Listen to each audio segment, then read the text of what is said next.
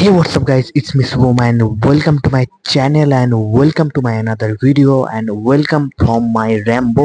তো Rambo camera দেখে ভয় পাচ্ছে। তো এখন একটু একটু মানে এখন অভ্যস্ত হয়নি ক্যামেরা দেখে। তো বাট হাত দিয়ে যদি আমি উপরে দিই, এখনই উপরে তেড়ে বেড়ে চলে আসবে। এই যে চলে এসছে উপরে, ভাবছে খাবার দিচ্ছি। আর মানে ফ্লাওয়ার হর্নটা একটু ওনারকে চিনে, সেটা তো মানে তার বেনিফিট আছে। তো বলো র্যাম্বোকে তোমাদের কেমন লাগছে? র্যাম্বো এখন উপরের দিকে মুখ করে বসে আছে যে আমি কখন খাবার দিব আর কখন খাবার টপ করে গিলবে। তো র্যাম্বোকে খাবার দেওয়া তোমাদেরকে দেখাবো।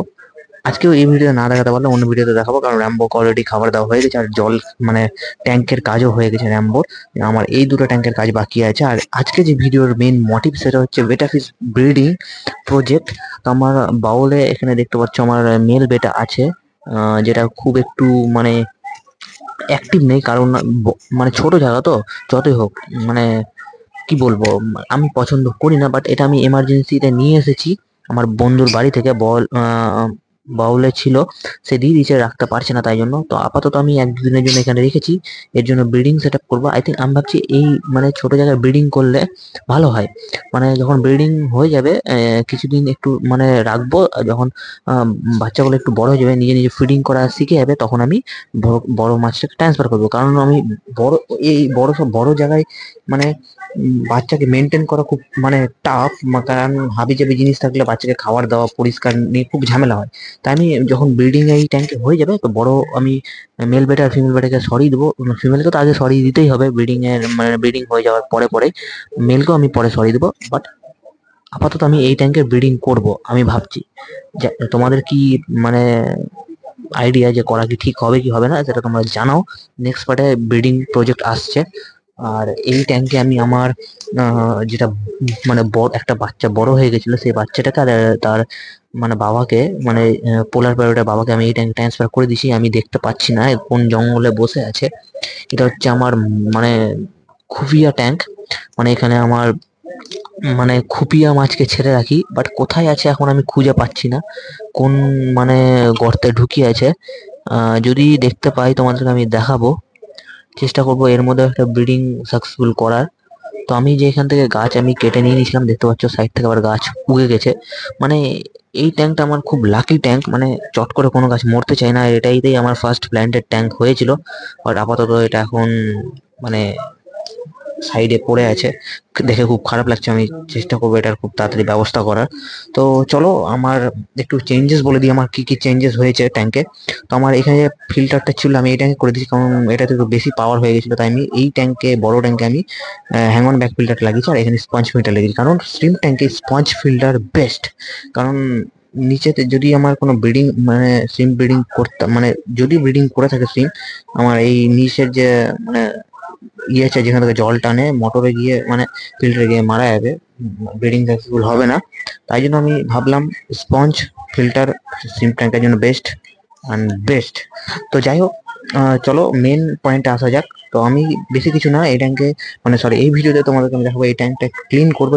ক্লিন করে তোমাদেরকে পরের ভিউ দেখাবো। আর এই ট্যাঙ্কে দেখতে পাচ্ছ কি রকম ময়লা হয়েছে, এটা কেন হচ্ছে আমি জানি। কারণ নিচের যে মাটি পুরো একদম নষ্ট হয়ে গেছে, সেটাই আস্তে আস্তে উপরে উঠে আসছে। কারণ মানে একটা নিউট্রিশন মানে ধুলা হয়ে গেছে জাস্ট, আর কিছু না।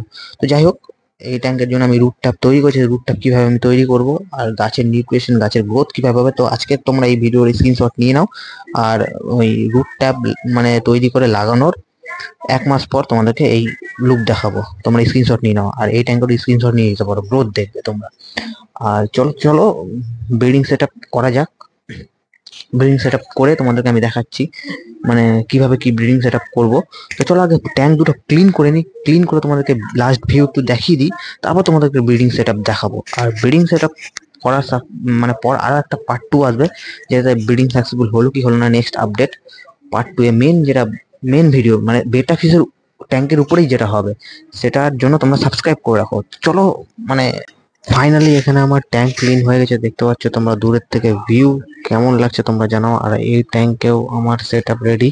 এখানে আমি একটা স্পঞ্জ ফিল্টার লাগিয়েছি, কারণ অনেক সময় ভোল্টেজ আপ ডাউনের কারণে এই ফিল্টার অফ হয়ে যায়। তো এটা আমার সাবস্টিটিউট ফিল্টার, এটা ভোল্টেজ আপ ডাউন হোক বা না হোক ফিল্টার অন অফ হবে না, কারণ এটা খুব লো ওয়ার্ডের মানে ফিল্টার, মানে যে মেশিনটা আছে, এয়ার পাম্পের মেশিনটা আছে সেটা লো ওয়াটার।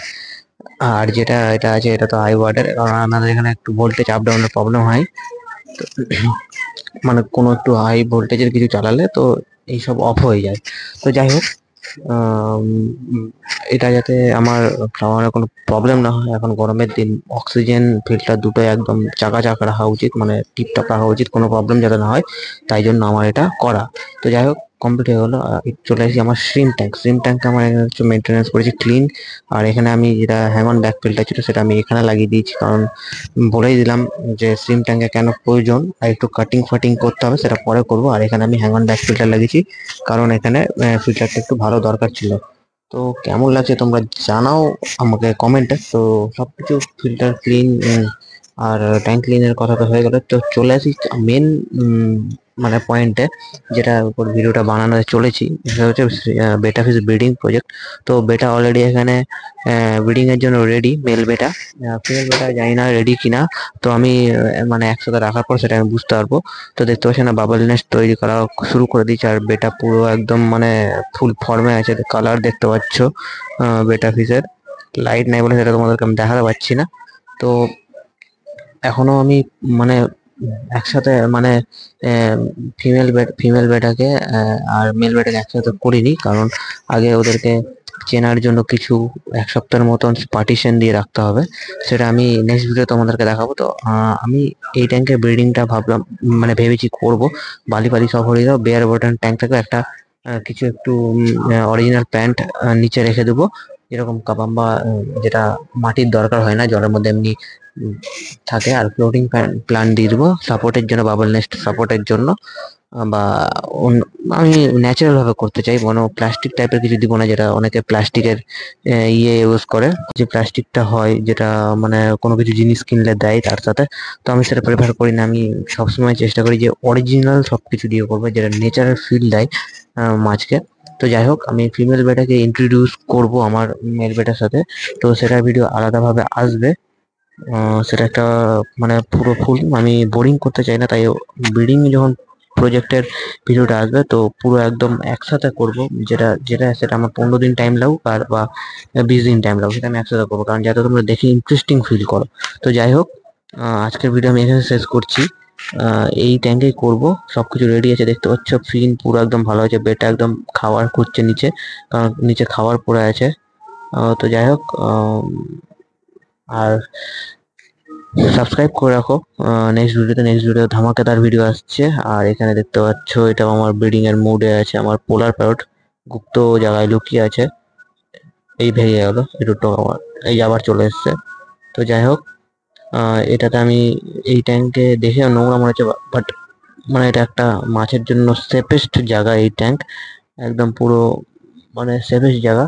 তো এই ট্যাঙ্কে আপাতত দুটো ফ্লাওয়ার, সরি, দুটো পোলার প্যারট আছে, একটা পোলার প্যারটের বাচ্চা আছে, মানে বড় হয়ে গেছে, আর একটা বড় পোলার প্যারট আছে। তো যাই হোক, এটা আমি পোলার প্যারট ব্রিডিং এর ট্যাঙ্ক করবো, আরো পোলার প্যারট কিনে আনবো। আর এটা হচ্ছে আমার মানে এই ট্যাঙ্কে আমি বেটা ফিশ ব্রিডিং করবো। তো চলো, ভিডিও বেশি বড় না করে ভিডিও এখানে শেষ করছি। নেক্সট ভিডিওতে আসবে betta fish breeding project full set up. তো ভিডিও আমি এখানে, thank you for watching, by.